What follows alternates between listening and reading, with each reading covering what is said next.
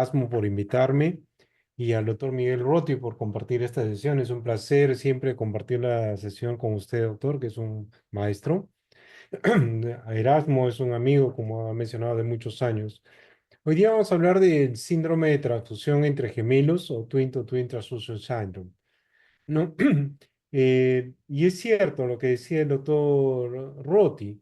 Nosotros cuando hasta hace 5 años hablábamos del síndrome de transfusión intergemelar, lo asociamos a la restricción de crecimiento intrauterino selectiva y poníamos que además de la secuencia polidrámeos o oligodrámeos, el bebé donante tenía que ser un bebé pequeño. Pero hace unos más o menos 5 o 6 años esto se separó y hoy día solo hablamos de una secuencia.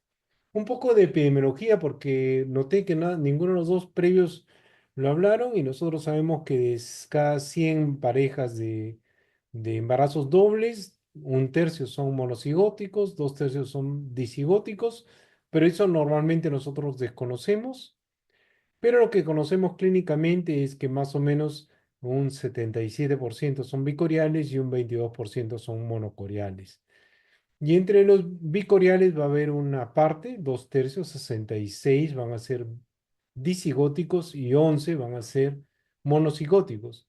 Entonces, cuando nosotros encontramos un embarazo bicorial, no le podemos decir a la madre que sus bebés no son idénticos, pueden ser idénticos todavía. Y cuando encontramos un embarazo monocorial, los bebés deben ser idénticos, aunque muchas veces, como ha dicho el doctor Rotti, van a tener diferencia de tamaño. Y entre estos bicoriales, van a haber un grupo que tiene el mismo sexo y un grupo que tiene sexo discordante. Entonces, de cada 7 bebés, vamos a tener que 3 van a ser de sexo discordante y 4 van a ser del mismo sexo.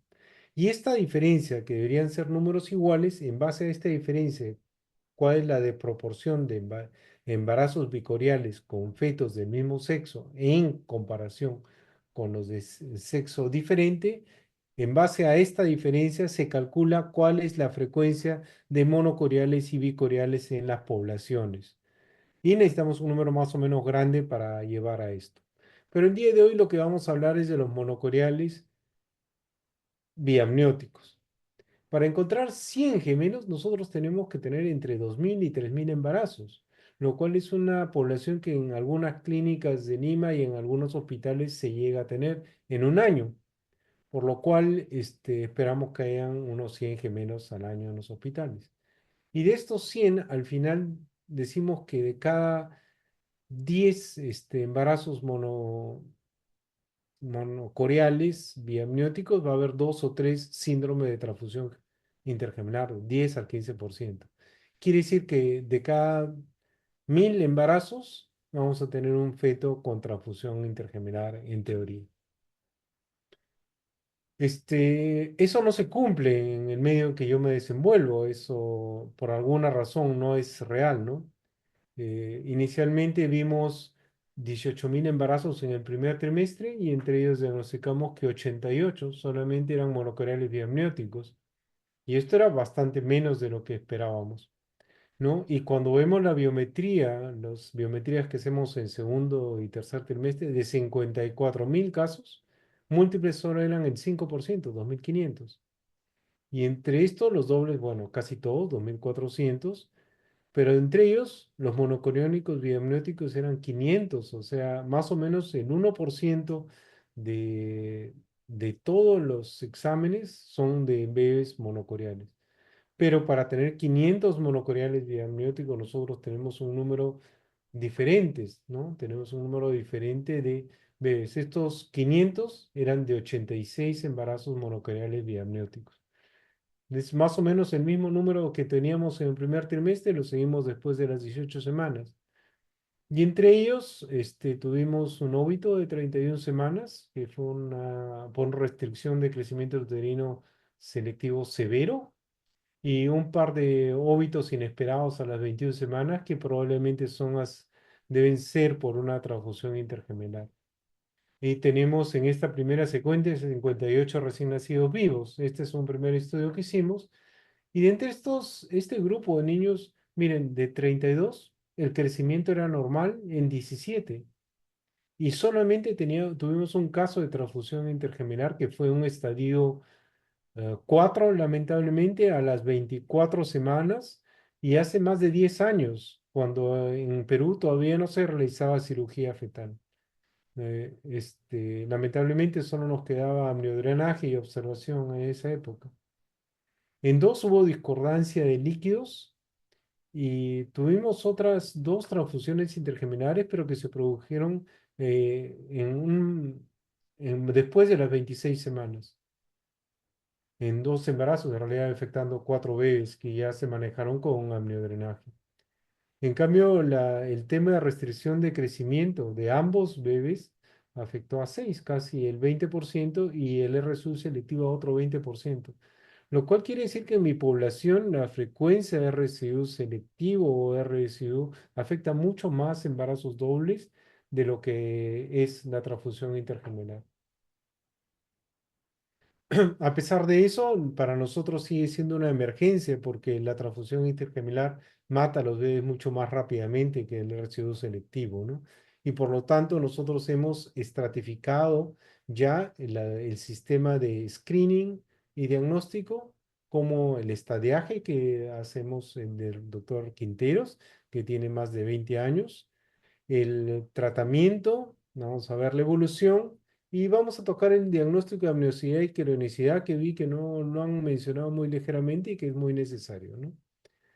De hecho, como les decía, la transfusión entre gemelos es la complicación más severa en los monocoriales y es un desequilibrio hemodinámico que se produce porque va más sangre de un gemelo hacia el otro. Esto por una comunicación arteriovenosa, como mencionó el doctor Ruti en unos gráficos muy, muy didácticos que presentó, ¿no? Y los casos más severos desencadenan en la muerte. Ah, muy bien. El diagnóstico se hace por una secuencia de polihidramios o oligohidramios. Es decir, en uno de los sacos gestacionales, el bebé va a tener un pozo vertical mayor de más de 8 centímetros y el otro debe tener un pozo vertical mayor, menor o igual a 2 centímetros. Y esta secuencia es lo que diagnostica. Solamente con ese criterio se hace diagnóstico de transfusión entre gemelos. Cuando el embarazo es monocoriónico, monoamniótico, los criterios son diferentes. Ahí solamente tenemos que observar polihidramnios y que un bebé tenga vejiga llena y el otro bebé tenga vejiga vacía. Ah, para los embarazos más tempranos, cuando vemos 16 semanas, se ha visto que es muy difícil, por ejemplo, llegar a un pozo de 8 centímetros y proponen usar 6 y después de las 20 proponen usar 10, aunque esto no es un consenso. Hasta hoy día todavía hemos seguido usando los pozos, la secuencia de un pozo de 8 en un saco y un pozo de 2 en el otro saco. Entonces nuestra secuencia en nuestro manejo cuando nos enfrentamos a un embarazo monocorial biamniótico va a ser primero el diagnóstico de la corionicidad y amniosidad. Digamos que tenemos unos 2000. A estos vamos a seguirlos para diagnosticar complicaciones. Esperamos encontrar entre 200 y 300 transfusiones intergemellares. Y este grupo de bebés nos gustaría ofrecer láser a todos, pero no es cierto, no todos necesitan láser. Muchos van a ser en observación.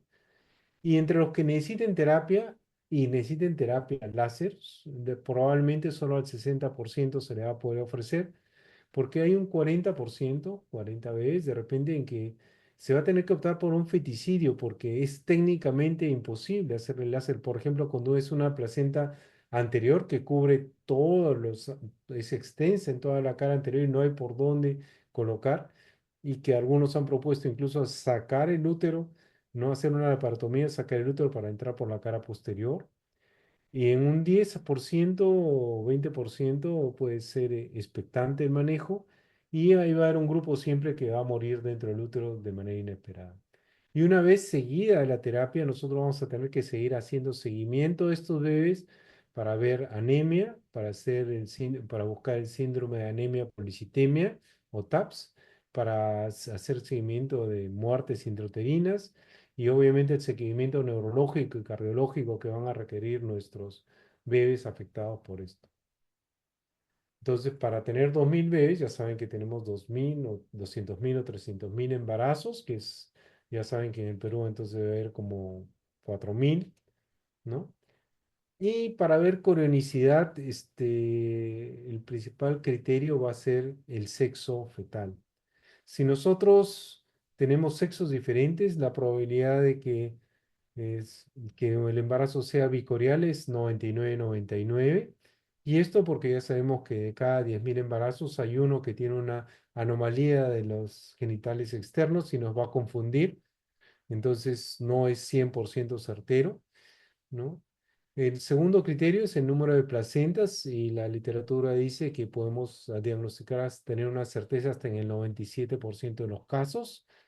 Esto porque a veces nosotros vemos una placenta anterior y una placenta posterior y decimos son dos placentas, pero si no las seguimos cuidadosamente, a veces estas placentas están unidas por alguno de los lados o por el fondo en unas pequeñas zonas y termina siendo realmente una sola placenta. O en otros casos, como el que de la gráfica, esto es lo que se llama una placenta monocoreal bipartita, en la cual el corión frondoso tiene una franja de corión leve entre ellas y a través de ese corión leve circulan vasos. Entonces vemos nosotros dos lechos, dos colchones placentarios, pero hay arterias y venas que conectan estas dos placentas y que van drenando libremente como si fuera una inserción velamentosa de estas arterias y estas venas y producen que a pesar que vemos dos placentas, se produzca una transfusión intergeminal entre ellas. También tenemos el signo más clásico, que son los signos lambda y T que ustedes ven en la pantalla, ¿no? El signo lambda ya hace 30 años fue descrito en la Fetal Medicine por el doctor Sepúlveda y junto a ello describió el signo de la T. Y ahora tenemos el signo del lambda vacío, que implica que muchas veces vamos a ver los dos sacos con una pequeña zona dividida. Obviamente, si vamos a un que nos habla de estos dos, nos hablan de embarazos monocoriales y este de un embarazo bicorial. Sin embargo, es posible que nosotros a esta época, en el primer trimestre, que decimos que hay más certeza para diagnosticar esto, cuando llegamos a las 12 semanas, ya la placenta se ha fusionado y tengo un signo T a pesar de ser un embarazo bicorial. Si vamos a edades gestacionales más tempranas, en los embarazos precoces, ver dos sacos gestacionales es muy fácil y debería ser muy sencillo y ser nuestro gol de estándar, pero a veces pasa que cuando es muy temprano, vemos un saco y el otro no lo llegamos a ver, o vemos dos sacos y no estamos seguros si son dos sacos, son quistes de endometrio, así que tenemos que esperar un poquito más. Pero probablemente cuando ya tenemos más de 6 semanas y vemos dos sacos gestacionales, ahí la certeza de que es un embarazo bicorrial es muy amplia, ¿no? Y si vemos dos sacos gestacionales ocupados, mucho más, ¿no? Eh, Esto es un poco del signo lambda. Uno de los problemas que tiene el signo lambda es que conforme avanza el embarazo va desapareciendo y si vemos un signo lambda en la semana 11 puede ser que en la semana 14 ya no lo veamos, ¿no? A veces podemos confundir también, en este caso es un ejemplo de un artículo que se ve que es un signo lambda vacío, pero en el sitio vacío entre las dos membranas amnióticas hay una pequeña vesícula vitelina que da el aspecto de un signo lambda en lugar de un signo lambda vacío y confunde este embarazo que es un embarazo monocoreal con un embarazo bicoreal. Y muchas veces podemos encontrar esto de acá, que es una membrana más gruesa, que también es un indicio de un embarazo bicorial y una membrana más delgada a un lado, y nosotros deberíamos considerar este un embarazo bicorial, pero a veces puede ser que no sea esto más que un plegamiento de la membrana que nos esté orientando equivocadamente. O en este caso, que sí es un caso absolutamente raro, en el cual esta placenta es parcialmente monocoreal y parcialmente bicorial. Entonces, cuando nosotros tenemos duda, y a eso viene esto, si nosotros tenemos duda de la cronicidad, nosotros debemos decir, tengo duda en la cronicidad y debemos manejar este embarazo como si fuera un embarazo monocoreal biamniótico, ¿no? Por más que tengamos dos placentas, por más que tengamos sexos diferentes, si tenemos duda por la evolución clínica, nosotros debemos decir, debemos manejarlo con un binocular biamniótico y enseñarnos a este protocolo. Y otra causa de confusión son los tabiques, como el que se ve acá. Esta es una placenta que está insertada sobre un tabique y da este aspecto de un signo lambda cuando es una placenta, es una sola placenta, ¿no? Y a veces el tabique no es tan grueso, el tabique es mucho más delgado como este, ¿no? Y cuando uno ve, hay una membrana amniótica, un signo T, por otro lado, a pesar de este tabique grueso. O acá, en este ejemplo, donde uno ve esto, que uno dice es un signo, claramente me parece un signo lambda, pero cuando sigue en otros, este signo lambda, ve acá el signo lambda vacío, y esta no es otra cosa que un tabique corial. Entonces, si bien la colonicidad casi siempre es muy clara, a veces hay muchos indicios que nos confunden, y por eso a veces es tomarlo con cautela y revisar muy extensamente la unión de las dos membranas amnióticas, de los sacos amnióticos, para no confiarnos y diagnosticar como bicoreal un embarazo que realmente es monocoreal. De la misma manera, la amniosidad se define por la presencia de los dos sacos gestacionales, pero cuando vamos a embarazos muy tempranos, a veces encontramos que no podemos diferenciar las dos bolsas amnióticas y no tenemos la duda, entonces nos guiamos por las vesículas vitelinas. Las vesículas vitelinas generalmente se nos dice que por lo general hay una vesícula vitelina por cada bolsa amniótica. En este caso, ustedes ven ahí una vesícula vitelina con dos embriones activos, ¿no? Muy pequeños, representan eso que nosotros llamamos el signo del anillo de compromiso, pero en este caso el anillo de compromiso tiene dos perlas, ¿no? Ambas tienen actividad cardíaca. Y nuestro diagnóstico inicial debería ser que es un embarazo monoamniótico. Sin embargo, en la evolución nos dice que no todo es 100% en medicina, porque ustedes ven acá en la evolución, a las 9 semanas, ya hay claramente un embrión todavía y el otro embrión en otro saco, en otra bolsa amniótica, igual acá, es en el mismo caso, en el seguimiento nos demuestra que ese embarazo que nosotros pensábamos que era monoamniótico resulta ser bioamniótico y tenemos que decirle a la placenta que súbitamente su pronóstico en este embarazo ha mejorado. Entonces tengamos mucho cuidado en el diagnóstico de amniosidad y corionicidad para poder estar seguros de qué hablamos. Cuando nos acercamos, avanzamos un poco más y estamos en el primer trimestre. En el primer trimestre podemos tener algunos indicios de una transfusión intergemelar. De repente, la diferencia de la longitud cefalocaudal del LSN entre los bebés es muy importante. Dice que solamente el 1% de los bebés monocoriónicos biamnióticos tienen una diferencia de LSN mayor del 20%, pero dentro de ese 1%, el 70% va a requerir un láser o va a fallecer dentro del útero. Y también es importante que cuando nosotros tenemos un embarazo monocoriónico y evaluamos el riesgo de síndrome de Down y encontramos una discordancia porque nos sale que un bebé tiene mucho riesgo de síndrome de Down y el otro bebé tiene poco riesgo de síndrome de Down, pero si son monocigóticos el riesgo debe ser similar. No vamos a pensar en que es uno de esos casos raros de monocigóticos con heterocariotipo, porque era inicialmente eh, una trisomía y se ha compensado y ha dividido en eh, dos embarazos con 46 cromosomas, ¿no? Sino que lo que pasa acá realmente es que es un indicio de que está produciéndose una transfusión intergemelar. Y estos bebés no vamos a esperar para verlos a las 16 semanas, tenemos que verlos nuevamente a las 14 o 15, porque es muy probable que desarrollen. A pesar que el valor predictivo positivo es muy bajo, son bebés que tenemos que ver con más cuidado. Y este es el trabajo de la doctora Ekaterina Litwinska, una bella doctora, que presentó la diferencia del SN dentro del pronóstico de estos embarazos múltiples y vemos que este bebé que es un bebé chiquito, un bebé grande, ¿no? Tiene diferencia más del 20% del SN y el pronóstico es malo, el 70% va a requerir láser o a fallecer dentro del útero, así que tenemos que seguirlo muy seguido. Cuando la diferencia es menor, como el 10%, ese es un rango mucho más amplio, abarca como el 10% de los bebés y entre ellos solamente el 30% van a requerir láser, ¿no? Entonces, esto es progresivo y esto se puede producir en ambos, monocoriónicos o bicoriales. Muy bien.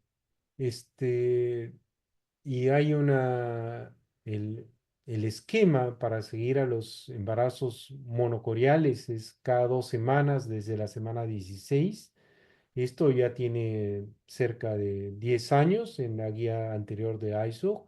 Sin embargo, la doctora Isabel Cook en el año 2021 hizo un trabajo en que demostró que si nosotros seguíamos este protocolo de seguir a los bebés, hacer la ecografía cada 2 semanas, la tasa de detección del síndrome de transfusión intergemelar iba a llegar al 90%, ¿no? Y además íbamos a identificar un pequeño grupo en los cuales hay algunos indicios de que se está produciendo esta diferencia de volúmenes de líquidos, como es que las membranas se empiezan a plegar o que un bebé tiene más líquido que el otro. Y a ese bebés deberíamos ya no verlos cada 2 semanas, sino cada semana. Y bajo este esquema, logró esa tasa de detección hasta el 90% de las transfusiones intergemelares. Pero antes de seguir, tenemos que parar para ver los estadios de Quinteros. Ya el otro Rubén Quintero lo ha mencionado el otro Roti y el otro Huertas. Hablamos de el estadio uno de la transfusión intergemelar, es una secuencia polidrámeos oligohidrámeos, o sea, es solamente diagnóstico. En el estadio 2 ya vemos una afectación hemodinámica porque uno de los bebés no orina, entonces su vejiga se vacía y el oligohidramio se empeora. Entonces tenemos una vejiga no visible. Y el estadio 3 es un Doppler muy anormal, como el del que nos hablaba el doctor Rothi en los RCU selectivos, con flujos ausentes o reversos en la arteria umbilical o en el ducto venoso, o flujo pulsátil en la vena umbilical de uno o de los dos bebés. Del donante, porque hace el donante que hace una anemia severa y una restricción de crecimiento probablemente severo, o del receptor porque hace una insuficiencia cardíaca. El estadio 4 es cuando uno de los dos bebés, uno o los dos bebés están hidrópicos, y el estadio 5 de Quinteros es cuando uno o los dos bebés han fallecido, ¿no? Lo bueno es que la mayor parte de los bebés vamos a detectarlos en estadio 1, ¿no? El 43%, el 26% va a estar en estadio 2 y en el estadio 3, 4 y 5 es más o menos un 30% de los casos. Actuamos básicamente sobre uno de cada 4 bebés que están en estadio 3. Hasta ahí está la evidencia científica demostrada. En el estadio 2 hay una fuerte corriente que nosotros debemos intervenir. Y en el estadio 1 se dice que hasta el 75% de los embarazos regresiona solo, así que nosotros no deberíamos intervenir en los bebés que tienen estadio 1, ¿no? Ustedes ven acá la sobrevida de los bebés, ya es alrededor del 80% de por lo menos un bebé, en los estadios 1, 2, 3 o 4, obviamente en los estadios 2, 3, 4 con tratamiento. Y abajo ven la comparación de los resultados de los bebés cuando se hace láser versus amniorreducción en el estadio uno, y la amniorreducción es mejor en el estadio uno para estos bebés, sobre todo porque son bebés que llegan a un estadio de polidramnios mayor o severo después de cumplir las 26 semanas, cuando ya no programamos láser. El láser lo programamos a máximo hasta la semana 26 por un tema de sobrevida, ¿no? El principal problema de los estadios de Quinteros es que no son estadios seguidos. O sea, podemos tener un bebé que tiene un estadio uno y en 2 semanas que lo vemos, o en una semana que lo vemos, de repente está en el estadio 4, está hidrópico y tenemos que correr para tratarlo. O de repente en la semana siguiente que lo vemos al estadio uno está hidrópico y ya no estamos en tiempo de hacer láser, ¿no? Porque ya se pasó de la semana 26. Y ese es uno de los problemas principales por lo cual hay una fuerte corriente de los cirujanos fetales de intervenir a todos los bebés, incluso en estadio 1, lo que obviamente mejoraría también su pronóstico, ¿no?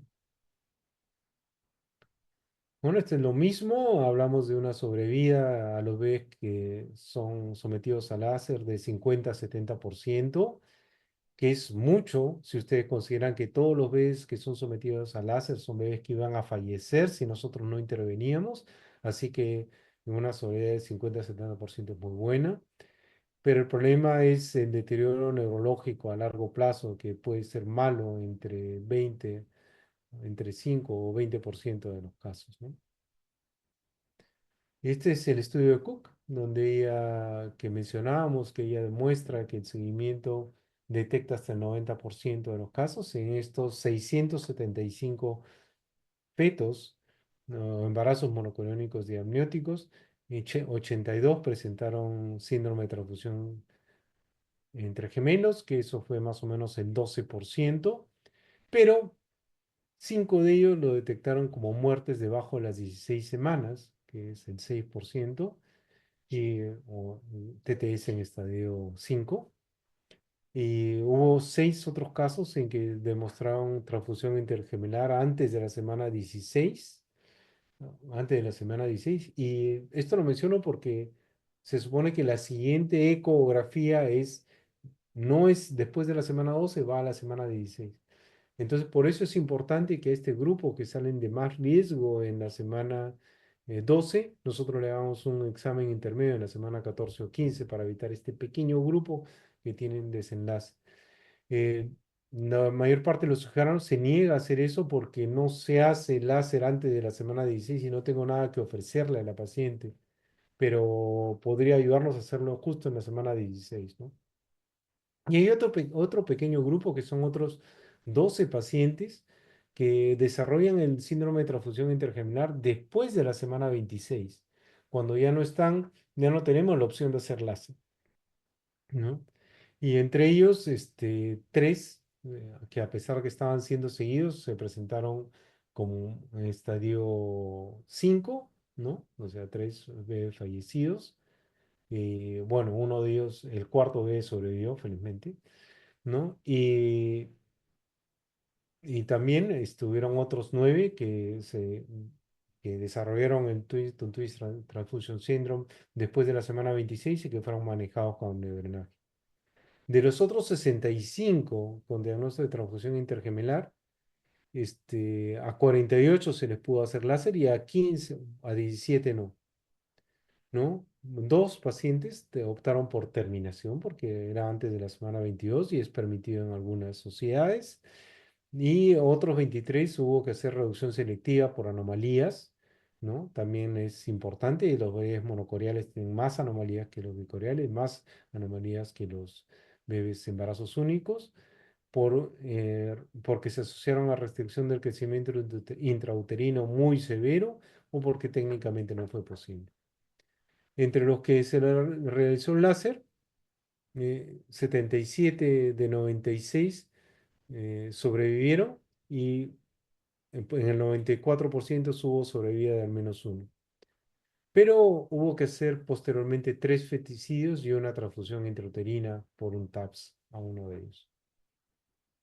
Muy bien, es interesante la secuencia cuando vemos el seguimiento de largo plazo y hay dos técnicas para hacer el láser, ¿no? Una técnica selectiva, el doctor Rote nos hablaba del ecuador placentario, muy bien, una técnica selectiva pura, solo se coagulan las anastomosis arteriovenosas, ¿no? Mientras que en la técnica de Solomón clásica se divide todo a lo largo del ecuador placentario. Inicialmente era una línea recta y después ambas técnicas han ido adaptándose para llegar a algo parcial en que hacen una coagulación selectiva y después de eso unen todos los puntos de coagulación para hacer algo parecido a Solomón, ¿no? Pero no son técnicamente diferentes y todavía hay grupos que usan cada uno de los dos de manera autónoma.